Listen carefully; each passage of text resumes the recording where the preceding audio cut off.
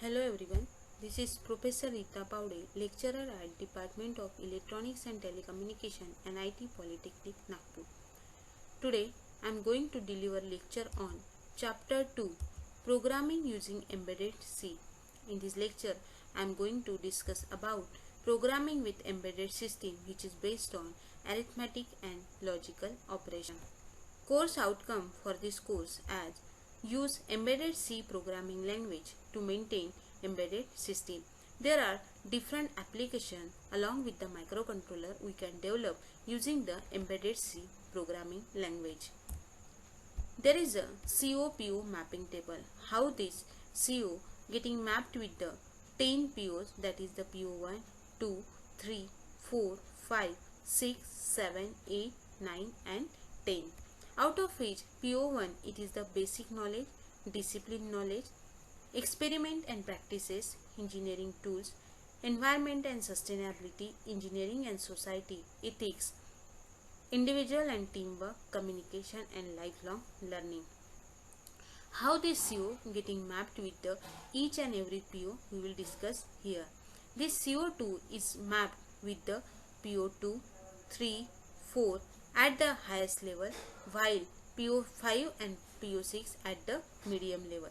It will not be mapped with the PO7, which is the ethics, and it can be mapped with the PO9 and PO10 on the highest level. What is the learning outcomes? The learning outcomes as develop algorithm, flowchart and C program for the given microcontroller to perform the given operation. After developing the algorithm, we will go for the C program for the given microcontroller to perform the given operation. Whatever the operations given in the programming, we will solve out by using the embedded C language. Prerequisite. In the last lecture, we were studied about what is embedded C. Differentiate assembly language with C language. Understand the basic concepts of tools required to develop the programming, C data types and C operation. These all the parameters we have studied in the last lecture we will get or we will need here for the developing program. Start with the programming with embedded C. All of you know how this embedded C is differ with the C language. So whatever the keywords we will use in the C language, same keywords we will use for the embedded C. So there is a one program which is useful for the moving the data from one port to another port. So the program is like that. Write a program to input data from port 1 to output data port 0. So आप सभी को पता है कि embedded सी micro controller का एक application के तौर पे यूज होता है. जो भी प्रोग्रामिंग माइक्रो कंट्रोलर की आप कर रहे हो यूजिंग एम्बेडेड सी, उसमें आप लोगों को सी लैंग्वेज का यूज करना है. ठीक है, तो आप लोगों को सबसे पहले करना क्या है कि इनपुट डेटा कहाँ से पोर्ट 1 से मूव करना है पोर्ट 0 में. तो आप सभी को पता है कि माइक्रो कंट्रोलर में टोटल कितने पोर्ट्स हैं? P0, P1, P2, P3. Clear everyone? उसमें से P1 जो है वो बाय डायरेक्शनल पोर्ट है. कैसा पोर्ट है वो?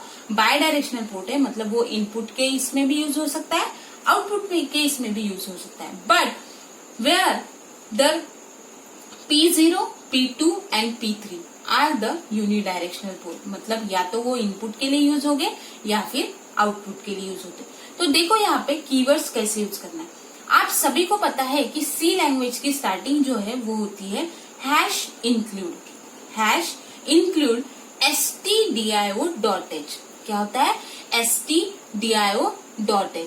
तो ये जो होता है स्टैंडर्ड इनपुट एंड आउटपुट का एक फाइल होता है. क्या होता है? स्टैंडर्ड इनपुट एंड आउटपुट का एक फाइल होता है जिसमें से आपको जो भी डेटा लेना है फॉर मूविंग आप उसमें से यूज कर सकते हो. अभी मुझे क्या करना है? माइक्रो कंट्रोलर के पोर्ट 1 का डेटा मूव करना है. किसके तरफ? P0 के तरफ. तो मैं क्या करूंगी, यहाँ पे एक कंट्रोलर लूंगी which is named as the file register 51.h. यहाँ पे h क्या रिप्रेजेंट करता है? तो h रिप्रेजेंट करता है हेक्स फाइल. क्या रिप्रेजेंट करता है, हेक्स फाइल।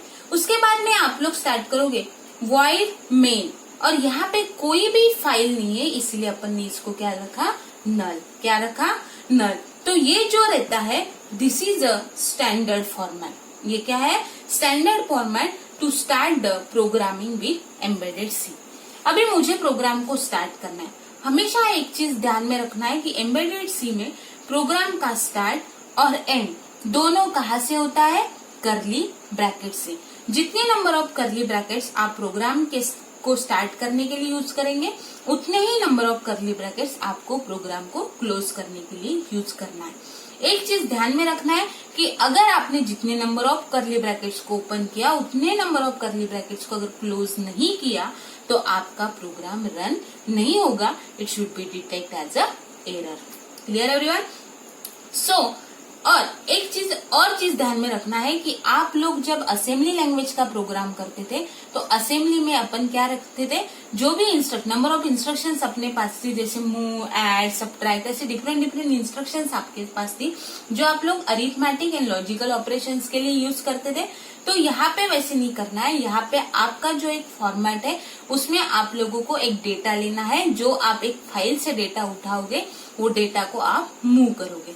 ठीक है, तो यहाँ पे देखो आप लोगों को डेटा ट्रांसफर करना है from P1 to P0। Everyone knows that कि port of the micro controller consist of the 8-bit data. कितना कंसिस्ट करता है, 8-bit डेटा। और we have already discuss about the C data types or characters of the embedded C in the last lecture.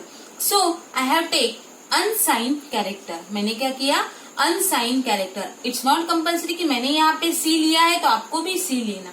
You can consider A, B, C, whatever. But अपने को यहाँ पे कौन सा डेटा मूव करना है, सिर्फ 8-bit का डेटा मूव करना है। तो मैंने यहाँ पे एक ही कैरेक्टर लिया। कितना लिया, एक ही कैरेक्टर। अगर मेरे को यहाँ पे इन्फॉर्म किया होता कि आप लोगों को 2 डेटा सेंड करने हैं या फिर 2 से ज्यादा डेटा, तो मैं यहाँ पे नंबर ऑफ कैरेक्टर्स को बढ़ाती थी। ठीक है, तो यहाँ पे मैंने अनसाइन कैरेक्टर लिया क्या, C। देन मैंने लेने के बाद मुझे पता है कि मेरा P1 का डेटा कितना है, तो मैंने P1 को कंसिडर किया 0xFF। मैंने क्या कंसिडर किया, 0xFF, where x is the suffix of this data. ये क्या है, x इज द सफिक्स, और यहाँ पे डेटा कितना है, FF। तो मुझे ये FF का डेटा किसमें ट्रांसफर करना है, मूव करना है P0 में। अभी ये मुझे पता चल गया है क्योंकि P1 का डेटा मैं ट्रांसफर करूँ तो मेरा P0 में कुछ डेटा रहेगा क्या, नहीं, इसीलिए मैंने इसको कंसिडर किया 0x00। अभी आप लोगों को एक लूप यहाँ पे लगाना है, दैट इज व्हाइल लूप। सभी लोग लूप आपने C लैंग्वेजेस में सेकेंड सेमेस्टर में पढ़े हैं, तो यहाँ पे मैं यूज करूंगी while loop.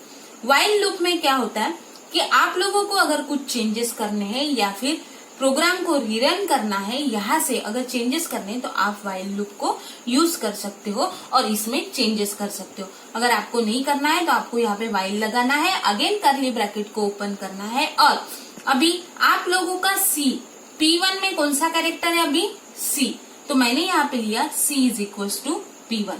C is equal to P1 क्योंकि पोर्ट 1 में कौन सा डेटा है अभी, C, और मुझे C को ही मूव करना है किसमें, P0 में, इसलिए नेक्स्ट स्टेप आएगा मेरा P0 is equal to C।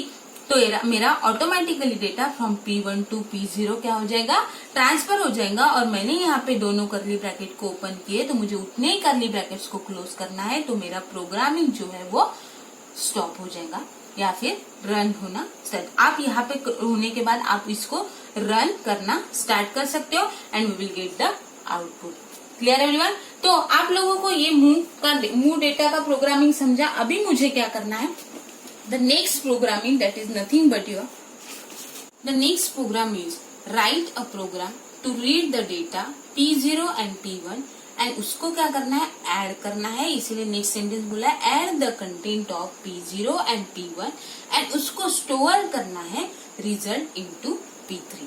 ठीक है, तो यहाँ पे कितने नंबर ऑफ पोर्ट्स है, P0, P1 एंड P3। कितने पोर्ट्स हुए, 3। तो अपने को रीड करना पड़ेगा कितना कैरेक्टर ही, सिर्फ 3 कैरेक्टर को अपन लेंगे A, B एंड C। तो वही से स्टार्ट करेंगे हैश इंक्लूड। क्या करना है, हैश इंक्लूड। यहाँ पे क्या आएगा, रजिस्टर 51 51.h, रजिस्टर 51.h। उसके बाद में आपको एक फाइल लेना है, उसको अपन बोलेंगे main file, that is the void main। क्या करना है? void main। ये जो है ये स्टैंडर्ड फॉर्मेट है, यहाँ पे कुछ भी चेंजेस नहीं होने वाले। अब एक करना क्या है, देखो, write a program to read, किसका किसका डेटा रीड करना है? P0 and P1, but character कितने लेने पड़ेंगे? P0, P1 और P3 के लिए, बराबर है।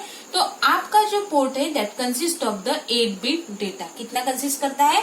8 बिट डेटा। तो यहाँ पे सबसे पहले मैं कर्ली ब्रैकेट को ओपन करती हूँ। कर्ली ब्रैकेट को ओपन किया, उसके बाद में अपन लेंगे क्या? अनसाइन कैरेक्टर। अनसाइन कैरेक्टर, और कैरेक्टर कितने लेने पड़ेंगे? 3, A, B और C। तो यहाँ पे अपन लेंगे A, B, C। क्लियर? अभी मुझे क्या करना है? P0 का कुछ ना कुछ डेटा अपने को मेंशन करना पड़ेगा और P1 का। तो अपन यहाँ पे मेंशन करेंगे P0 is equals to 0x02। 8 bit है इसलिए यहाँ पे क्या आएगा? 02। अगर ये 16 बिट होता तो अपने को यहाँ पे सफिक्स लगाने की कोई भी जरूरत नहीं होती, but this data consist of the 8 bit, तो अपन यहाँ पे लिखेंगे सिर्फ 8 बिट का डेटा।